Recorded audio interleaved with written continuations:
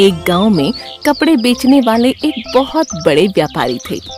आसपास के गांवों के लोग उसकी दुकानों पर से कपड़े खरीदने आते थे। आसपास के गांवों में भी कपड़े की कोई दुकानें नहीं थीं, इसलिए सेठ खुद ही कभी-कभी कपड़े बेचने के लिए जाया करते थे। एक बार सेठ गांव में कपड़े बेचने के लिए गया था। वहां से लौटते समय एक पेड़ के नीचे वह आराम करने बैठ गया और थोड़ी ही देर में उसे नींद आ गई।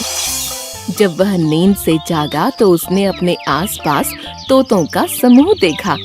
हरे रंग, लाल चोंच और गले पर काली पट्टी वाले तोतों को देखकर सेठ ने सोचा, कितने सुंदर हैं ये तोते।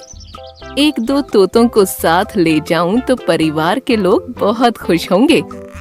ये सोचकर सेठ ने अपना गमछा तोतों के झुंड पर फेंका और एक तोते को पकड़ लिया। इस तोते को सेठ अपने घर ले आया। सेठ ने घर पहुंचकर तोते के लिए सोने का पिंजरा बनवाया, पानी पीने के लिए कटोरी और खाने के लिए एक छोटी सी प्लेट भी रखवाई। तोता सोने के पिंजरे में रहने लगा। उसे अमरूद, मिर्च आदि मनपसंद वस्तुएं खाने को दी जाने लगीं। घर के बच्चे तथा सेठ तोते से बातें भी करते। तोता थोड़ा थोड़ा बोलना भी सीख गया।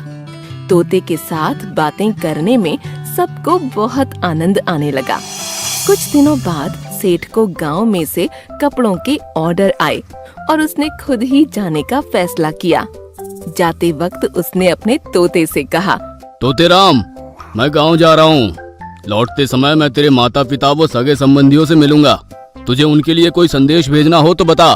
तोते ने कहा, सेठ जी, उन सब से कहना तोता भूखा नहीं है, तोता प्यासा भी नहीं है, तोता सोने के पिंजरे के अंदर आनंद से रह रहा है। सेठ अपने कपड़े बेचकर लौटते समय उसी पेड़ के नीचे आराम करने के लिए रुका।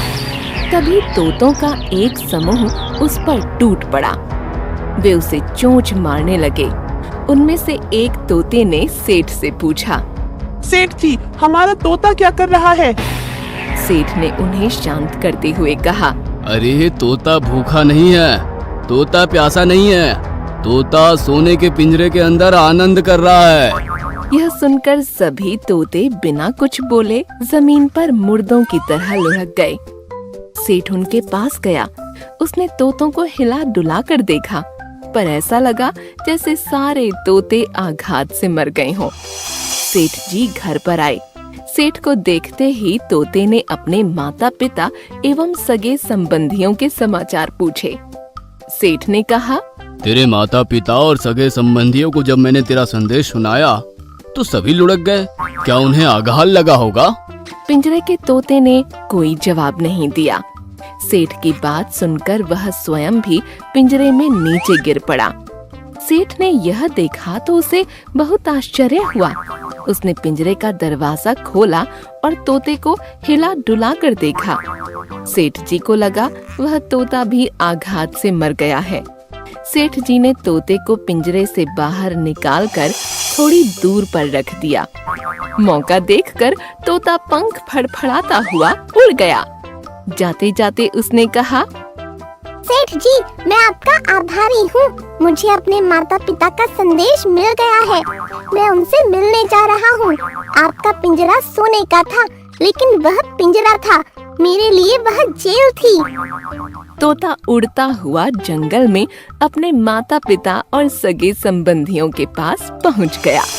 उसे लौटकर आया हुआ देख सब खुश हो गए। अब मुक्त वातावरण में तोता सबके साथ आनंद से रहने लगा।